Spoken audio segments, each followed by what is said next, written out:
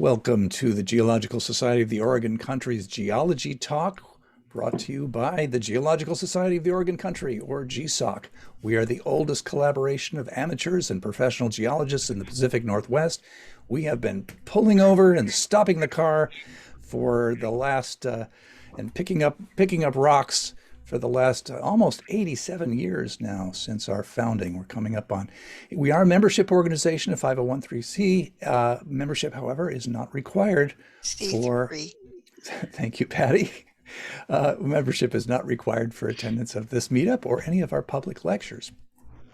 Our in-person meetups, which are the third Saturday of the month at the Woodstock Deli, are back in session, and that's where this meetup originally came from. Is we had been doing that meetup and show and tell for the past 3 or 4 years, and then when COVID came, of course, we stopped that and we started doing the Zoom meetup.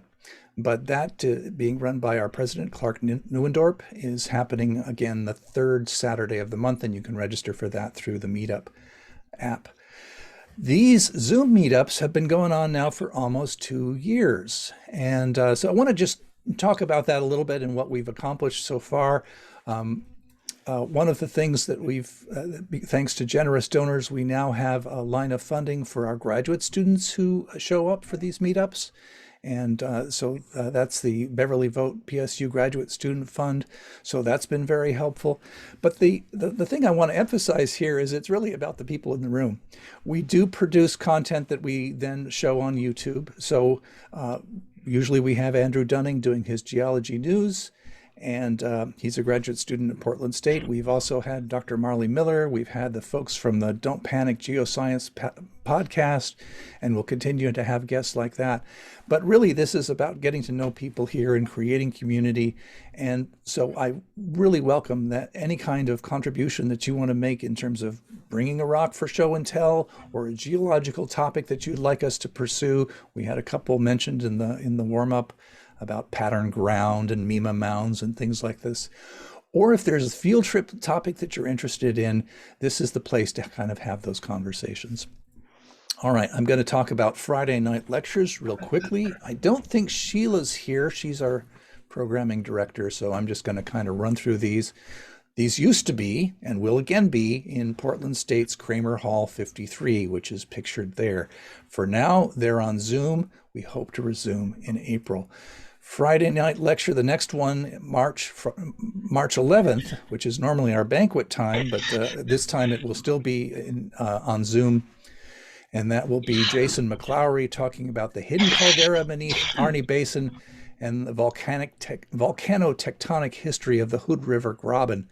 Jason is the boy. I don't know how to emphasize his importance in terms of understanding the hidden caldera history of Oregon, and maybe someone can say something about that later. In April, we'll have Micromineral Landscapes by photographer Bruce Kelley. This will be, I think, one of those fantastically beautiful presentations that folks who are on the sort of gem and mineral side often bring to us. But we're seeing some amazing things that can be done with macro and micro photography now, and photography stacking. Finally, in May, we'll have Dr. Josh Roering using lasers to peer behind Cascadia's green veil. And I think what that means is using LiDAR to look at the geology underneath our beautiful our trees here in Western Oregon. Okay, Carol, I'm going to hand it over to you and stop sharing so people can see your face and you can tell us a little bit about upcoming field trips. Okay, can I get screen sharing capability here? I think you should have it, so give it a try. Okay. Share screen. There we go. It's about to start. Gary, I'm hearing a lot of background hum from somewhere.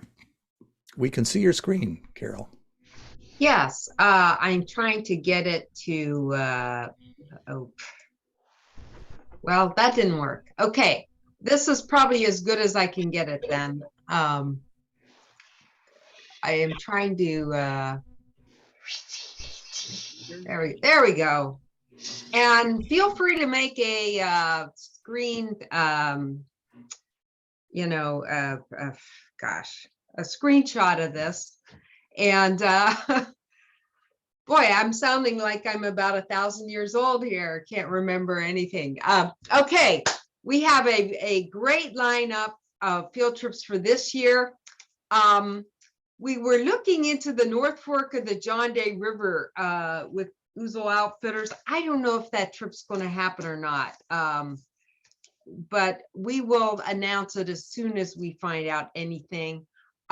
We've already gotten, I think, 10 people signed up by latest count for the rafting on the lower John Day River, which is a 5-night trip, I believe, with Ouzel Outfitters. And so I think Barb Stroud is taking names for that if you are interested in that trip. I put down the, sort of relative fee structure here. We're still this month in the process of finalizing the fees for many of the trips. So you will be hearing about that as soon as we can get that information up. We're going to have a couple of one-day trips in June. We're going to have the Willamette Valley Transect on Saturday, June 18th, and that'll be with Sheila. And we're going to drive across the Willamette Valley, fairly close, keeping fairly close to the Willamette River, down, I think, in the Salem area, maybe the Albany area, somewhere down in there, and running a transect to see what all the different layering is in that, and making a map, kind of a geological cross section, sorry, of the area. And then on Sunday, June 26th, we're doing the East Bank bicycle trip, which ought to be a lot of fun. It's run a couple times before. Ian Maiden is going to be the lead on that.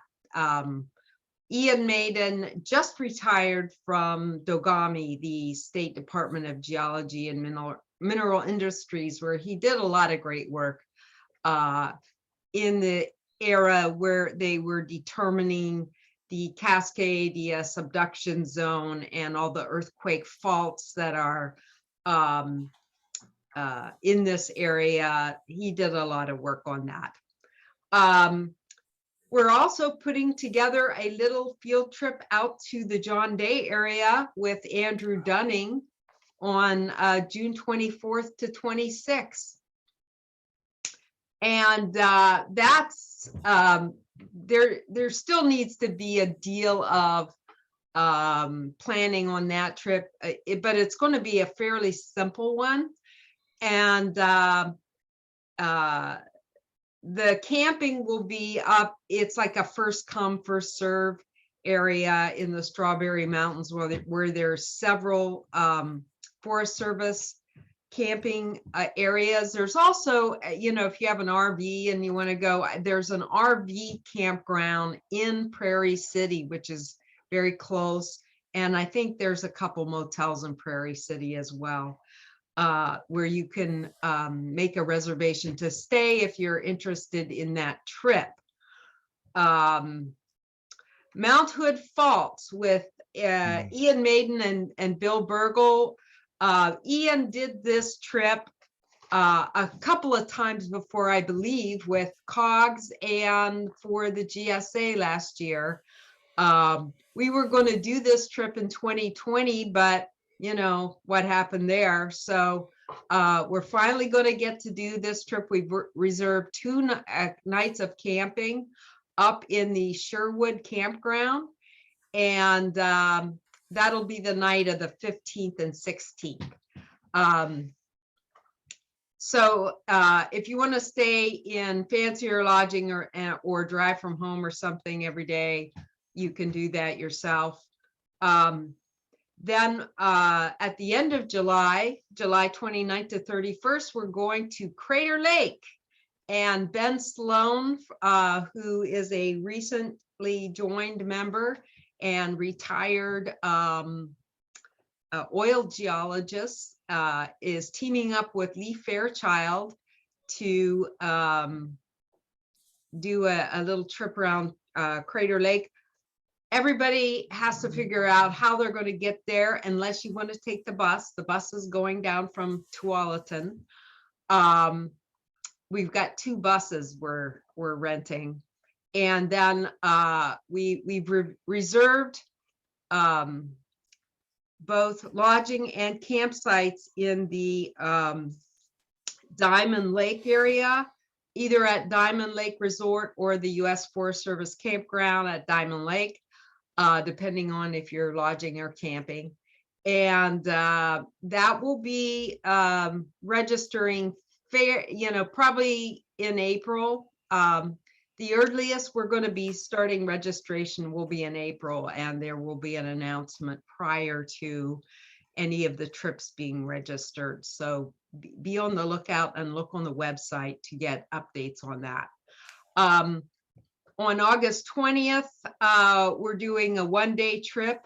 Clark and Bob Brunango, I believe, are the main guides for that trip. Matt Bernengo. Oh, Matt. Oh, yeah. Okay. Sorry.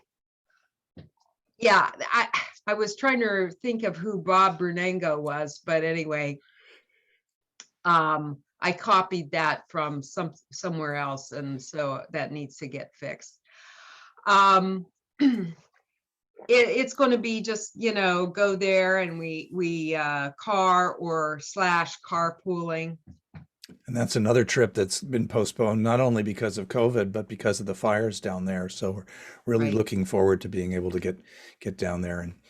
And do you all know about the ongoing, that GSOC did a bronze membership for the Clackamas River Council's online programs, and they are available to us on the website. Is it the Clackamas River Council website? They did record all these lectures, so you can still see the lectures. We did a couple for that program. Both Clark and Sheila did lectures about the geology of the Clackamas River Basin. So if you want some background on that, you can check that out.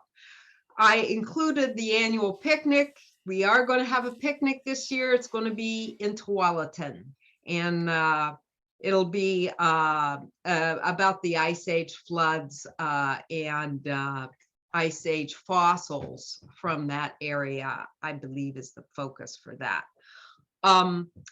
Scott Burns is going to do one of his signature terroir of wine tours, and we're deliberately holding off on the date for that and till later, probably in the summer. So please be on the lookout for that.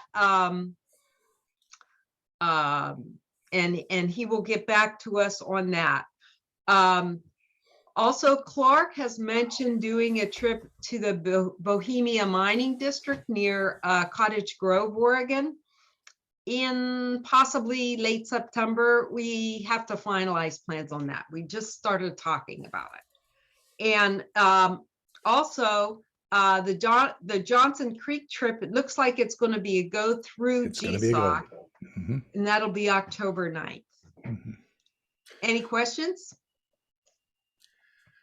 Well, Carol, I know that participation is always limited by the number of cars we can get at an outcrop, for example. And what's the best way if people want to make sure that they can go on a field trip? What's the best way for them to register or follow the trip? Okay, sure. We did a lottery and all that last year, and it was a lot of work. And we decided that, especially with the number of trips we're going to offer this year and stuff, we're going to make things a little easier on us that have to get the registration together. And it's going to, we're going to announce the dates of the registration, and then it'll be first come, first serve. Okay. And, just keep an eye on that registration. If the trip fills up, it may get openings. So, often people change their plans and things, and if you look a couple of weeks before the trip is supposed to go, you might be able to get into the trip, or send me an email or something and say, hey, I really wanted to go on that. So keep checking back with us. It's probably going to be pretty easy. All of our trips will be registered through our Wild Apricot platform. So there will be online registration, and I'm not sure if the picnic is going to have a registration. It may, and it looks like I put a $ in for Willamette Valley Transit, but that'll get registered through GSOC too. Ouzel Outfitters does do all the finances for the trips we do with them. So contact Barb Stroud and she'll get your name on the list if you want to go. It's about I don't know, $1,000 to $1,200 for the one we're doing on the Lower John Day. But you pretty much get there and then they do everything. So you just go on the trip and they provide you with the lodging and the food and all that. So it's a pretty swanky deal.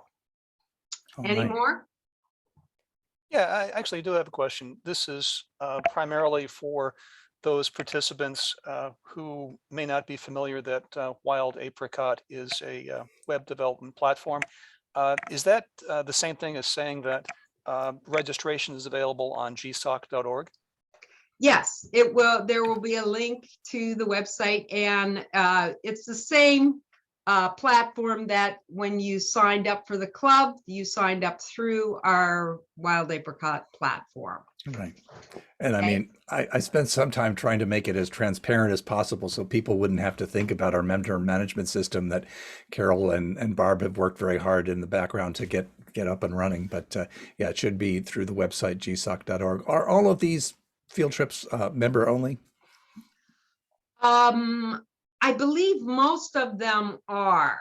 That is our usual policy. Okay. I have to check back with about the East Bank bicycle trip and the picnic usually is for members only. So most of them will be for members only.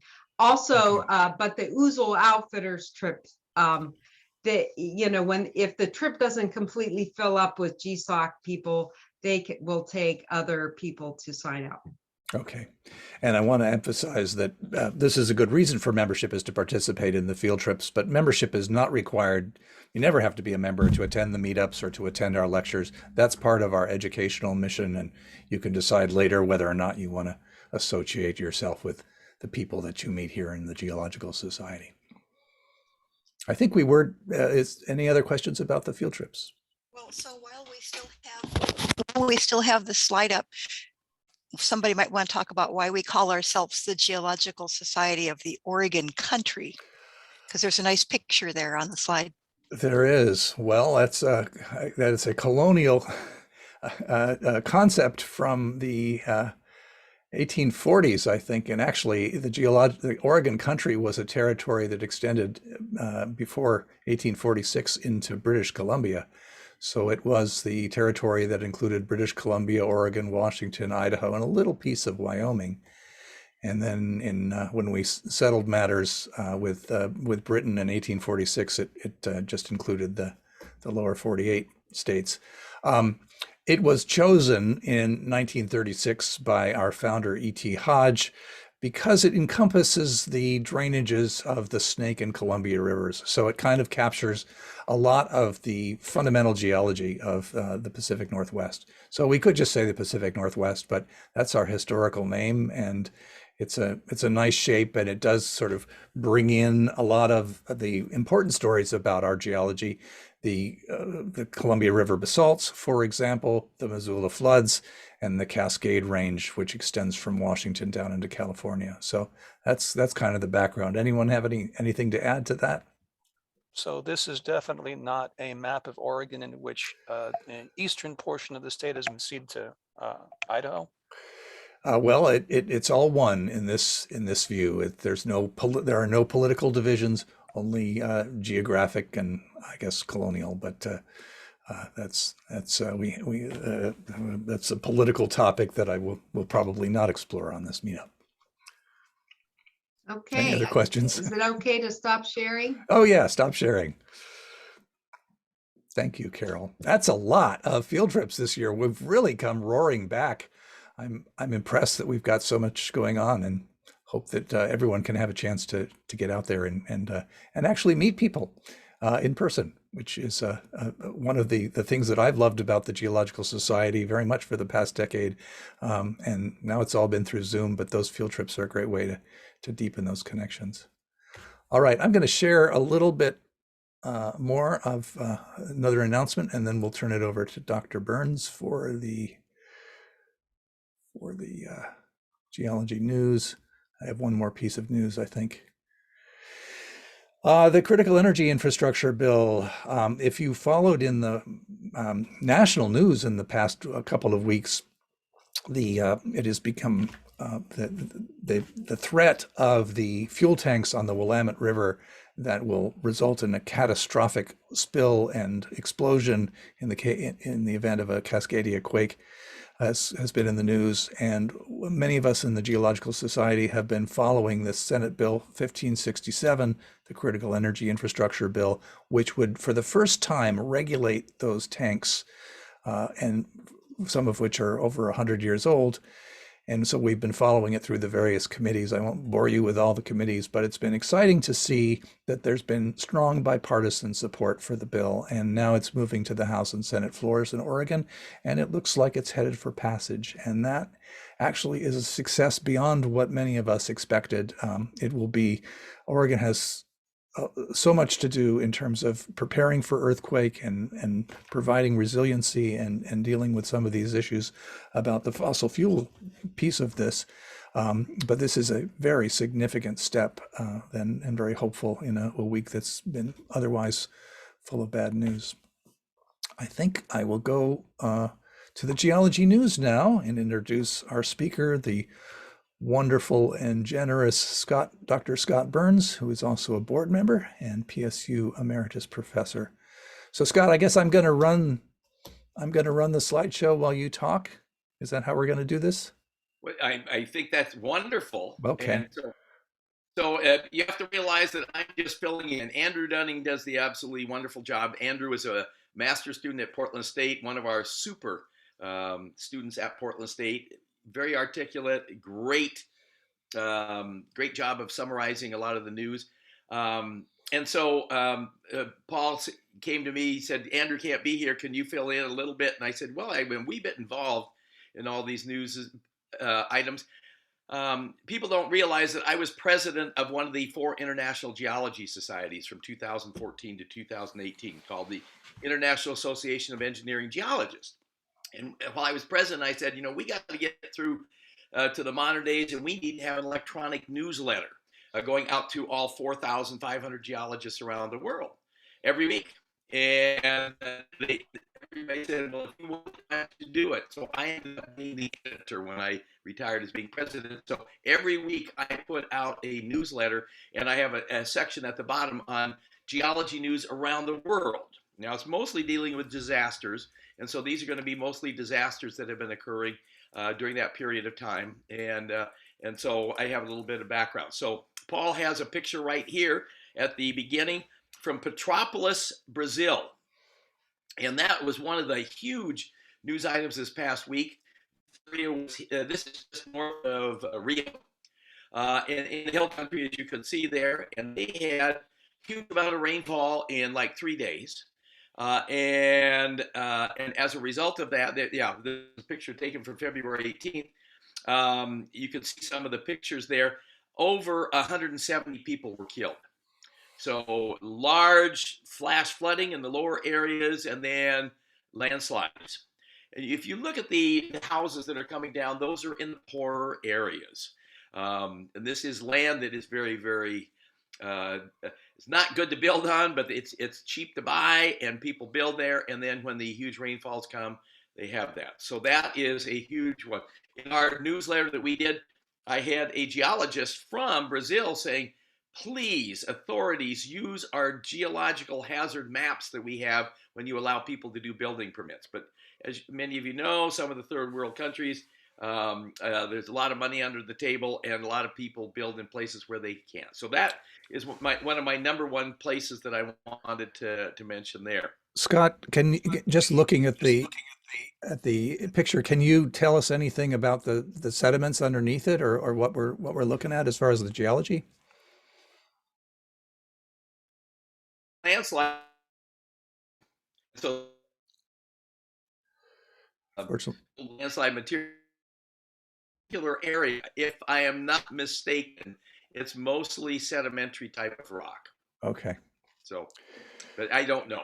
We're losing. You're getting a little dropout on your Wi-Fi. I don't know if you can do anything about that, but we'd love to hear your voice. It came and went. It came and went. I'm way out in the country. Oh, okay. Yeah, and so it's okay now. Okay, good. So, all right. Next slide. Oh, so this is a very interesting thing. The rogue wave that occurred off of the coast of British Columbia. And this occurred back in November 17th of 2020. But and so off of the coast of the west coast of North America, we have a whole bunch of buoys. And they just measure the sea level going up and down and up and down. And on that particular day, they had a wave, you can see that right in the middle, 58 feet high. And so what you do is you look at the variation among the mean that you have there, and that was a day that the average waves were about 19 feet high. Mm-hmm. And then all of a sudden you have this. Now, as you get close to coasts, you have tsunamis, and as waves come in, what they do is they drag bottom, they grow, and they come out of the water. This is just occurring out in the middle of the ocean when two waves come together and a crest meets a trough. They cancel each other out. Well, when a crest meets a crest, they build up. And so over time, a whole bunch of waves all meeting crest, they get bigger and bigger and bigger. And this is a rare event that occurred. And so oceanographers really got excited about that particular one occurring. So Paul, thank you very much for finding this. And this was a Nature article, which is it's public access, so you can find it. I think I referenced it there. Scott, is there any way to predict these kind of rogue waves, or? No, we can't. I mean, this is just something that we're now beginning to observe because we have these buoys around the world. Mm-hmm. And so this is something that's been going on for a long time, but now we're aware of it. Now we'll start looking in the data for these types of examples. So Good job. What's your next one? Oh, Gisborne, New Zealand. I love it. I used to live in New Zealand. So for those of you who don't know where Gisborne is, North Island, and then it is the northeast part of the North Island. It's a big cape that is out there. And in this particular area, it's mostly volcanic type of material. You can see some of the lava flows that are in there. But you had a very, very large landslide that occurred in this particular area there. In fact, they had additional landslides in New Zealand also last week. Next one. So we're looking at volcanic deposits here? I think in New Zealand. Okay. Yes, I mean most of the North Island is volcanic. The South Island is more gray-wacky and sedimentary type of rock and metamorphic. So I'm guessing that we're looking at volcanic tuff or pyroclastic material or something. It since it's light colored or I can see some lava flows right in the middle there. Those are more going to be andesitic, but then you're going to have tuff and pyroclastics in between. Okay. And more bad news. All right, in Estonia, this is the Odru River Valley, and so they had a large landslide that was there. And I think, let's see if you have do you have another? Well, this is actually Colombia. I couldn't find the Estonia picture. This is Colombia and the loss of life there, but that gives you a better idea of the. Colombia had 3 major landslides. Huge rainstorms coming in into that area. And this is also in an area with a lot of volcanic. It's the north end of the Andes. High, so you get high rainfall and then weak rocks in those areas. And so this is either Bucaramanga, Colombia. In fact, this is, because this is Bucaramanga, and this is a debris flow that came down in through here. And Das Cookies Bordes, which was the really bad one. 14 people were killed in that particular one. This one, only one person was killed. It was a little baby, which was really awful. The other one had 14 killed and 34 injured. And so they had a very, very bad week in Colombia with the landslides in those particular areas. What are we looking at in terms of the soil there? It looks sort of tropical to me. It is. Look at those red colors in there. Yeah. Yeah. So the redder it is, the older it is, and so these are highly weathered volcanic soils that are in there. I remember from a visit to Venezuela seeing the rivers run red from the well, actually, that's a different phenomenon, isn't it, than the red in the rock? Yeah. That's okay. That's a biological phenomenon. Okay. All right. So some good news, it looks like. Yes. So India really has a lot of landslide problems, especially as you, well, not only get up north into the Himalayas or Himalayas, but also down in the southern portion. And so this particular province area, Mandi, actually is very proactive, and they have put together an incredible earthquake or landslide warning system. And so what they do is they monitor the rainfall that is coming in on top. They also do soil moisture at different depths. And in certain particular geological units are much more prone to landslides. And when the pore water pressure goes up above a certain amount, they let people know. And especially along roads, they close roads down. And so this is the first place in India that they have actually put into use this Mandi, or this landslide warning system. So it's a combination of remote sensing of the amount of water and then some sort of modeling of particular areas that might be susceptible to landslide? Yes, and then also going in and mapping where past landslides have occurred before. Okay, which is now Oregon. If it's moved once, it has a high potential for moving again. Okay, so they're using LiDAR, I would guess, to sort of see where the past landslides are? Yes, where they can get the LiDAR. And it's interesting, this area, this whole system was developed by a friend of mine, Professor Thomas Oman, who is at Michigan Tech University. He's very involved in the Association of Engineering Geologists nationally. And he has a whole bunch of students from India who have been working on this whole system for a while. Okay. And I know this isn't quite germane to, or maybe it is, to the landslide, but we're seeing boulders there, rounded boulders. So what kind of deposit was this that came down? Can you make a guess about that? Yes, and I love the fact that you noticed that. These are spheroidally weathered basalt. This is a major basalt area.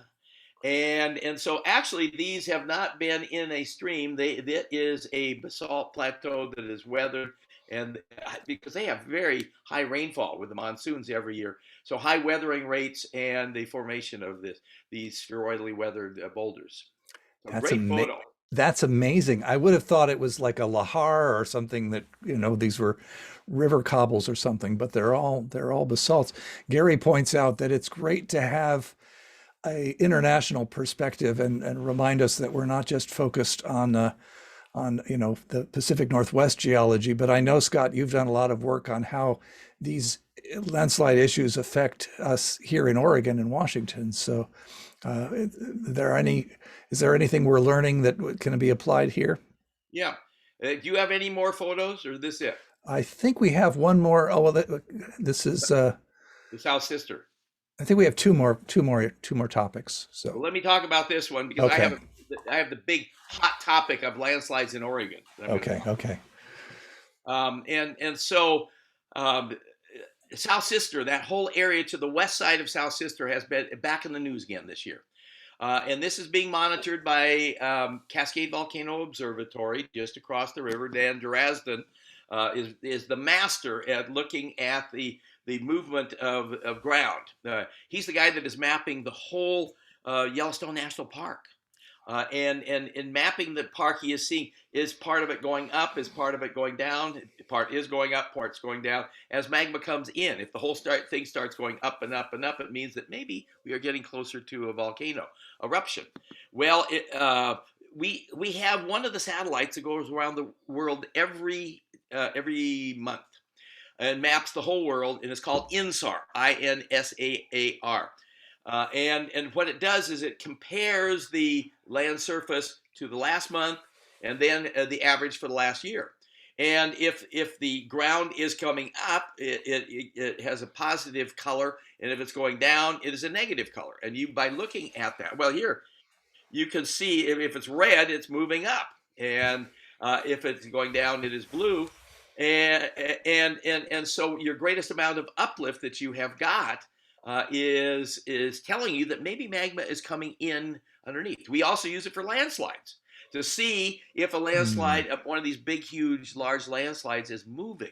And the Bridge of the Gods landslide in the gorge is one that we have been looking at for a long time. And when you start seeing things moving up and down and up and down, it's telling you that it is moving. So this first came to light about 8 or 9 years ago. Using the INSAR data, and then Cascade Volcano Observatory has monitored it and has this, and every year it was going up. It was growing. You're a little frozen, Scott. Hopefully the Wi-Fi gods will let the signal go through. Okay. We can see you moving. Okay. Keep going. Back? Okay. Yeah. And so we do have tectonic activity showing that magma is about 4 kilometers below the surface, moving up into that area. Now, the interesting thing is this is the site of the last eruption, a volcanic eruption in Oregon 2,000 years ago. And it is to the west side of South Sister. And it's mostly a big basalt area. And the question is, what type of magma is coming to the surface? Is it going to be more of the basalt? Is it going to be an oozer and just ooze out, not have any explosive eruption? Or is it going to be more like the andesite this sister is made out of, and more effusive and more violent? We don't know. Is there any way, as it gets closer to the top, to determine that? Or are there gases or anything else that would, or seismic signatures that would let you know whether it's one type or the other? And the answer is no. Okay. But once it gets closer and closer to the surface, I mean, they have this whole area monitored, and so Cascade Volcano Observatory is on it. And anytime there's a positive moving up, it hits the news. A couple of years ago, it actually went down. Right. Did it make the news? No, because people don't want it. They wanted the disasters. So it will be a surprise. Gary asks, to what degree has Bend been threatened by South Sister geologic activity? We have a sister club out in Bend there. Is it far away enough to be unscathed? The biggest problem for Bend and the Sisters area are the debris flows. And Lahar, well, not as many Lahars, but the debris flows coming off of the Three Sisters. And that's when we have a huge rain on snow event, a lot of melting, and then reactivation, a lot of the sediment that is on the edges of those volcanoes. Jim O'Connor from the U.S. Geological Survey is the pro in that, and he has hiked every year, has it all mapped out, has great hazard maps from that particular area. So anyone in the drainage where the Lahar might exactly end up, okay. You know, Paul, we're turning you into a geologist. Well, thank you. An amateur, but yes. And Deepika asks, is there a way to determine the location of the magma chamber? Good question, using tomographic techniques. Yes, and they have it based primarily on where the earthquakes are, where they are ending. And so we know what the depth is, and it's all about 4 kilometers below the surface. They're small. And we probably should explain can you explain what a tomographic technique is in this instance? Nope, because I never use that word. But I understand it's sort of like an MRI, but you're using earthquake signals to develop a 3-dimensional image of what's underneath. And I think we had someone give a presentation about tomography of one of these calderas and to looking at the magma chamber underneath, but I forget who did that. What's Yeah. your last photo? The last photo, the last two photos. Oh, I love it. Oh, this is exciting. This is Atafuna, Brazil. And this town is undergoing huge amount of erosion into the ocean. It is literally falling into the ocean, and the beachfront right there is going back at a rate of about 20 feet a year. Oh my goodness! And so first of all, the local scientists are saying, well, it's a result of rising sea levels, and but the rising sea levels are not super great, but then also it's more storms, and so the storms are undercutting that cliff, and you can see those cliffs are all sand. That surface up on top is a terrace, a coastal terrace that is found in this particular area, and this is also northeast of Rio that you have got here. But a key thing that is happening is inland, because where does all the sand on the beach come from? It all comes out of rivers. And so you need to have sand coming down the coast, and the sand is moving in a southerly direction in this area we call littoral drift or longshore drift that is there.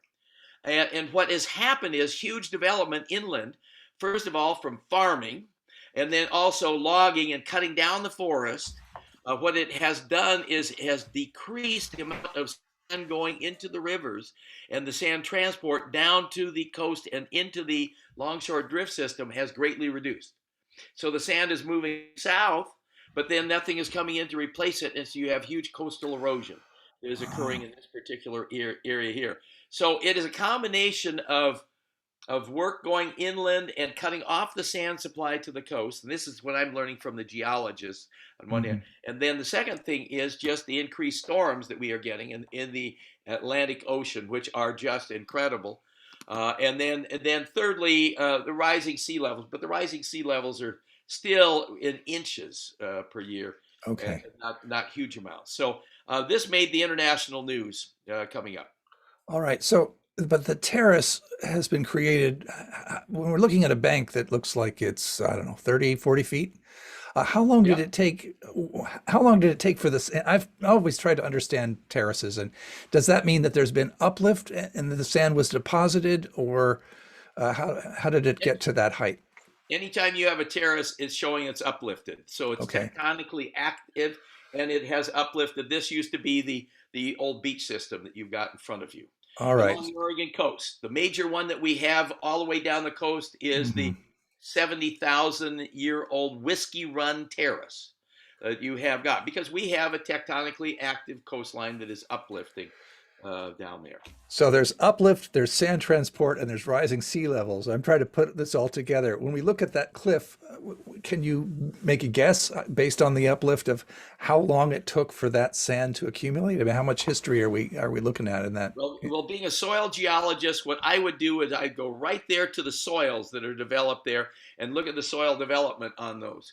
From here, I'm seeing no red colors. I'm not seeing old soils. It looks fairly young. So what does it tell me? It tells me that is a fairly young uplift that has occurred in that particular area there, geologically speaking. And I haven't thought much about the eastern side of South America. The western side is similar to what we have here in Oregon with a subduction, an active margin with a subduction. What's going on the eastern side that there's uplift? Is it like our East Coast here? Yeah, and it shouldn't be very much uplift in here. Okay, all right. But it is a passive margin where it's similar to our eastern seaboard, I would imagine. But and they have abundant sand. I was in that area visiting an old student of mine from Portland State about 8 years ago. I was giving a talk down in Brazil, and so incredible sand dunes all up and down the coast. Gorgeous coastline. So, and is that coming out of the Amazon? Yeah. Okay. Yes, primarily the Amazon and the area where I was, but there are other rivers that are also coming out. Other rivers. And so did the question in the chat, did the uplift process stop, and is that why the coast is receding? I don't know that the uplift process has stopped, but I think it process one versus the other one And I think the erosion and lack of sand coming in to take the place of the old sand there is much greater than the uplift. And so the uplift, I don't think, is really a major problem that we have here. So the beaches are losing out. So, is there any reason why South America seems to be overrepresented? And well, I guess we had New Zealand and Estonia too. So, in our discussion today, we've had a lot from the middle part of the world. It's also news agencies too, reporting all of this, and they have some very good news agencies in South America. We don't get an awful lot out of Africa. Why? Because we don't have the news coverage there that we do in other places in the world. I have two other news items if we have time for Please. This. Oh, yes, absolutely. All right, and bringing us closer to home, I've been working on a landslide out in North Plains. So Washington County, Dixie Mountain is a mountain that has a quarry up at the very, very top. And about a month and a half ago, I got a telephone call from an old student of mine from 1991, and he says, I'm watching, I'm living on McCay Creek. I'm watching the hill at the edge of my property, and trees are just moving down one after another. I said, I think you have a landslide. He says, I think we do too. Could you come out and take a look at it? I said, well, I'm a wee bit interested in landslides. I'll be out. And I did. And I could not believe the size of this. And so we have a crew from Portland State who are working on this right now in our landslide class. Adam Booth is teaching that. And they're using drone photos and measuring it. But it is probably 400 meters wide, I mean, from one end to the other end, and then 150, 200 meters from one end to the bottom, from the top to the bottom. And it's right below a quarry. And so the quarry is removing basalt at the top, crushing it up, and so it's the major source of crushed rock in western Washington County. So it's important. But about 5 years ago, DEQ gave them a big fine because they were putting too much mud into the creek, which is a salmon-bearing creek, McCay Creek. So they had to put in a water collection system to get all the water coming out of the quarry, and then let it settle out, and then the water would, clean water would go down into McCay Creek. Well, what happened was they built that whole water collection system landslide. And then in November, we had 7 inches of rainfall after 4 inches of rainfall in October and another 7 inches in December. What happened is that whole side of the hill reactivated. It was an old landslide. It reactivated, started moving, and all those pipes that were carrying all that water down to the bottom broke, and a lot of that water went back into the slide, reinforcing the whole movement, and the whole thing started taking off. So it's been to a hearing. Washington County's looking at that. Dogami is looking at that. Our students are looking at that, and they're trying to figure out what to do. But it is a gigantic landslide. It's the biggest one in the state going on right now. And then the last one I wanted to mention is the major news item that we are facing all around the world, and that's Ukraine. And why is Putin interested in this country? Well, what are the rankings of Ukraine? Well, it's geology, agriculture, and third group. Ukraine, of course, a resource of uranium. Second place for, and 10th in the world, second in Europe, 10th in the world for titanium. How about manganese ore? Second place in the world for reserves of manganese ore. How about iron ore? Second in the world for iron ore. How about mercury? Second place in Europe for the reserves. How about shale gas? Third place in the world, 13th in the world. How about coal reserves? 7th place in the world. So geology, there's a lot of geology that is there. How about agriculture on the surface? It is first in terms of arable land for growing things right now in Europe.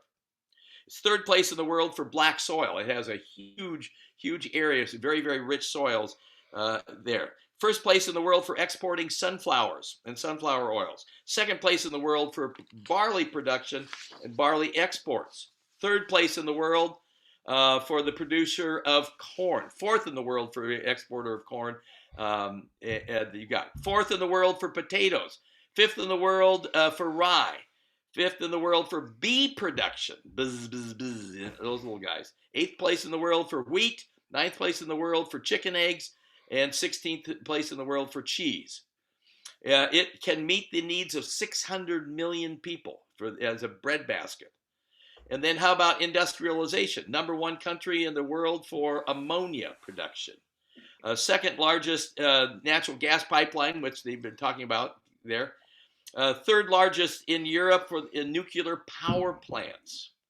3rd place in the world for locators of locating. I don't know what that is. And then we talked about iron exporter. 4th.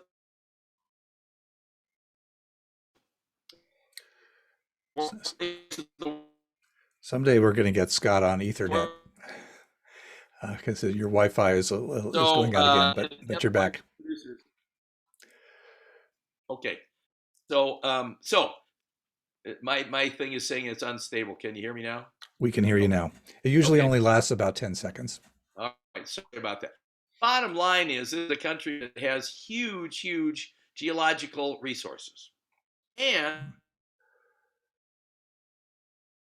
land.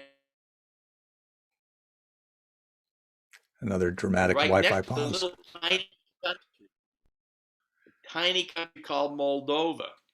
And it's the only place in the old USSR that had wine production. So I did some consulting with the country of Moldova about 8 or 9 years ago, and they said we wanted to develop it. I got a whole case of wine sent to me to sample it, to do the background on the terroir, and I did that. And but most of it is exported to Moscow, where it's drunk. So I see. Well, the question I'm going to ask is, what is it geologically that results in all that mineral abundance and maybe the soil abundance, which results in the agriculture? But Carol has her hand up and has for a while, so let's get to Carol's question first. And you're muted. Okay. Wow, thanks about the Ukraine. That was a really interesting talk. I remember from like grade school that they called Ukraine the breadbasket of the Soviet Union or Europe or something. So, you know, it's surprising that they have that much mining too. But anyway, okay. My question was about the Bonneville slide complex. Was it Tom Pearson a few years ago that gave us a talk about the Bonneville and the Columbia River hazards? And there was like this whomping big crack developing in the next slide block on, is that Table Mountain? The mountain where all that stuff comes from. Do you know anything about the progress of that? And so he was monitoring that. And then I also had a master's student who did a thesis on the major slide block that was reactivated in the lower part. And Tom is the one who worked with this professor from University of Texas, or Texas A&M, who was the INSAR specialist, and he unlocked the secrets and said, whoa, this thing is moving. I don't know who is monitoring that now, because Tom has retired, and I should get in touch with him and ask, did he turn it over to somebody or not? There is a gas pipeline going through there. And so I know the gas pipeline is very interested in that. And I think they have a consultant that is actually monitoring that, because they need to know if it is coming back to life. So it's a good question. Okay. And Scott, can you answer my question about what it is geologically about Ukraine that, I mean, we don't have those kind of mineral deposits here in this part of the Pacific Northwest. What is it about the history geologically that results in that extent of important minerals and elements? So that whole area is part of the original craton, the old ancient crust that goes all the way back 5 billion years on the face of the earth. And then when it broke up, you go to Southern Europe, all of that is just all uplifted marine sediments from the old ocean that was between Africa and Europe, and uplifted as Africa has run into Europe, creating the Alps and then Greece and those areas. But this is north of Greece, north of Turkey, and that is part of the original continent that was there that has been eroded away through many, many years of erosion and glaciers and time. And so you're looking at the heart of some very, very old mountains that you've got up there. And that loaded with all of these elements and riches, geological riches. But it has the perfect climate for weathering of all these and production of really, really good soils. And all that black soil, that's aharized stuff.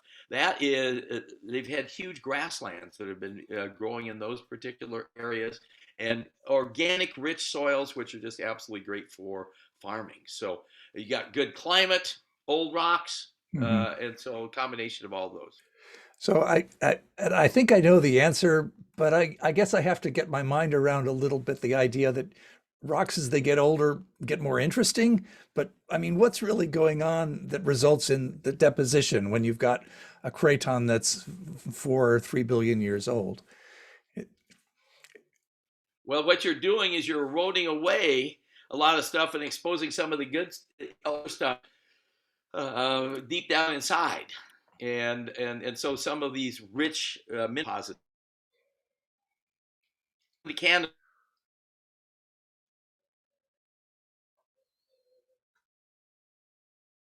and that is the heart of the craton of North America. We actually think that that whole area was hit by a large asteroid a long time ago and blew up. It created a big depression going down to this large nickel deposit that is underneath that. So, okay. So I mean, time leads to more weathering and better soils, but then also erosion of some of the other rocks on top, going down to the lower ones. So thank you for all those questions. Thank you, Scott, for a wonderful and very thorough geological news. It's interesting when Andrew's here, his thing is earthquakes. He loves earthquakes. And so we hear all the earthquake news, but you're our landscape maven. So thank you for providing that. Very, very relevant to life here in the rainy Pacific Northwest. Do we have any other questions for Scott or any questions for the general body?